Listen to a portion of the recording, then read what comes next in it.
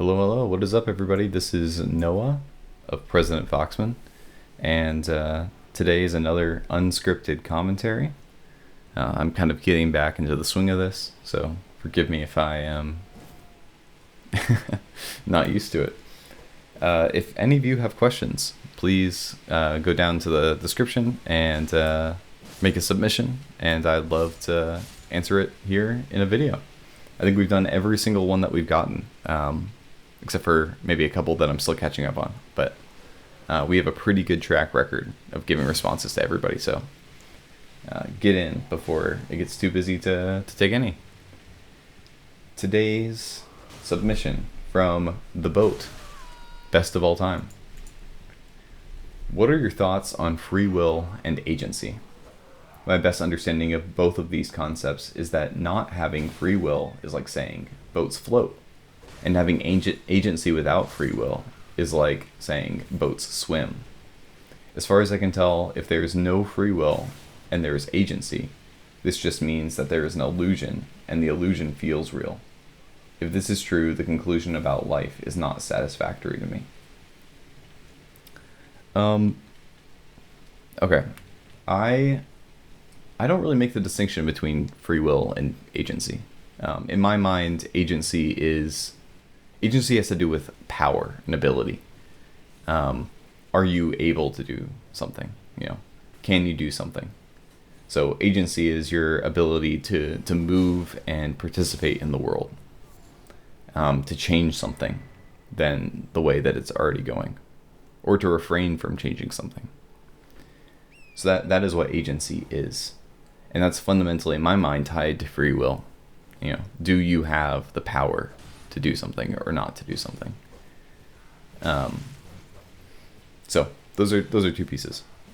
In my mind, free will and agency. Free will and determinism. Because I come out of a more religious context, it's often put into terms that more lean that way. So you have this kind of top-down view, is what I would argue, which is, God is supreme.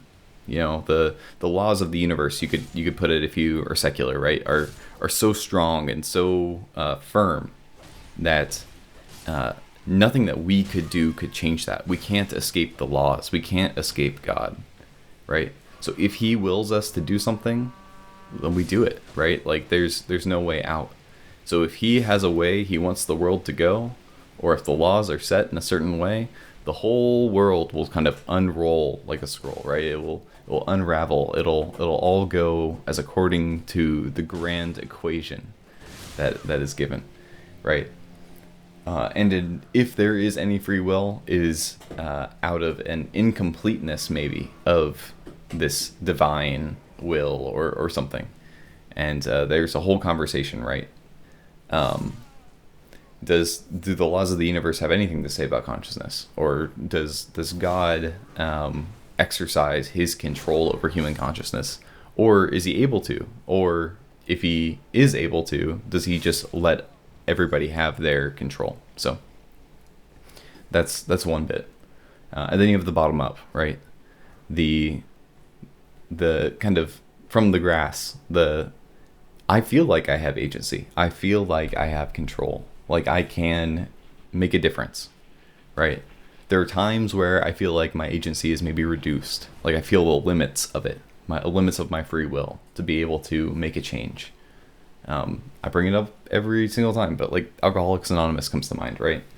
That there is a certain limit to my ability to do something when something has control over me.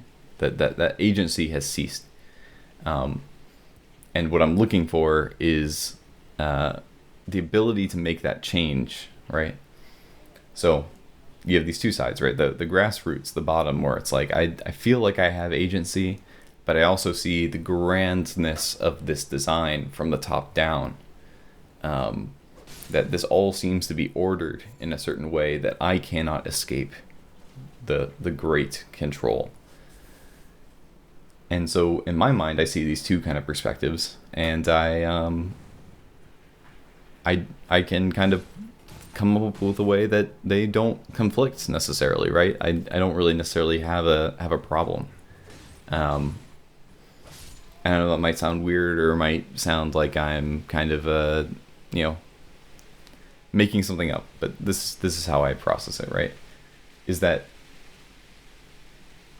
in my mind, and I think in most, because fundamentally, right, religious kind of perspective is that God is not a thing in the universe. God is outside of time and outside of space. He can participate, and he does actively in the world and in time, but he's not bound to it. He created it, and so he sits outside. So you can think of God as, this might sound heretical or whatever, but like God as a man in a library. He's sitting there, and he has this book, and he pulls down the book off the wall, and that book contains the entirety of our lifetimes, of the lifetimes of the entire universe as we know it. And he can open it up, and he can turn to any page whenever he wants. And because remember, in this belief, like, God is unchanging. He doesn't change from one day to the other. So he can open up the book, and he can go to any single spot, and he can just start reading, right? And that's just the story of everything. And maybe he wants to just change a word, so he can erase a bit and let it.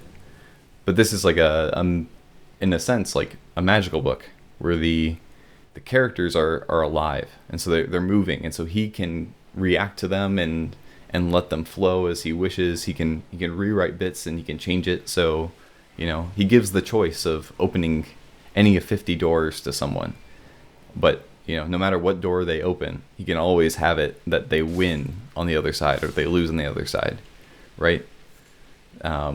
Fate hides behind every door. Like the randomness might not be so random.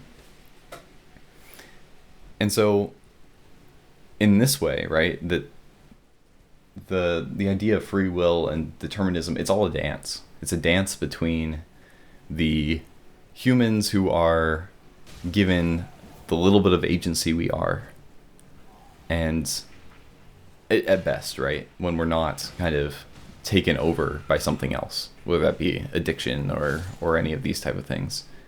A dance between us and this, this personal God or divine law, however you want to conceptualize it. And it's this constant kind of play. There's only so far that we have. We don't have total free will or total agency, right? It's impossible. But we have the little bit we do, and we have the flexibility in our lives to kind of go which way we want, and to do that. And so we can do the best we can, or we can resign ourselves and give in to patterns of addiction and give up that agency.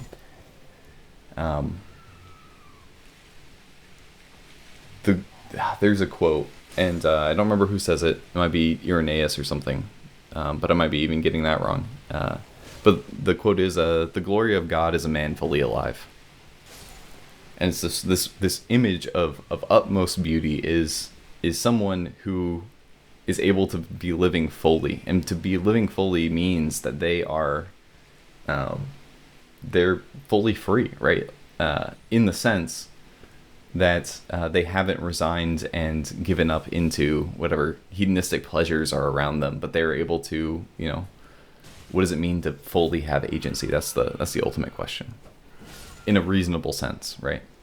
Because I think sometimes we think about agency as I get to watch TV whenever I want, or I get to eat all the cake, or any of these things. But at the same time, those things are giving up control in other ways. And so, what does it mean to be fully alive? What is the good life? These are the questions that we always kind of run back into. But now we're getting a little bit off topic, so I'll leave it at that. These are most of my thoughts on free will and agency. So I'd love to hear all of yours. And thank you, The Boat, for giving me this submission. And to any of you who want to hear something, feel free to ask it in the description. So I'd love to hear from you all more, and see you all later.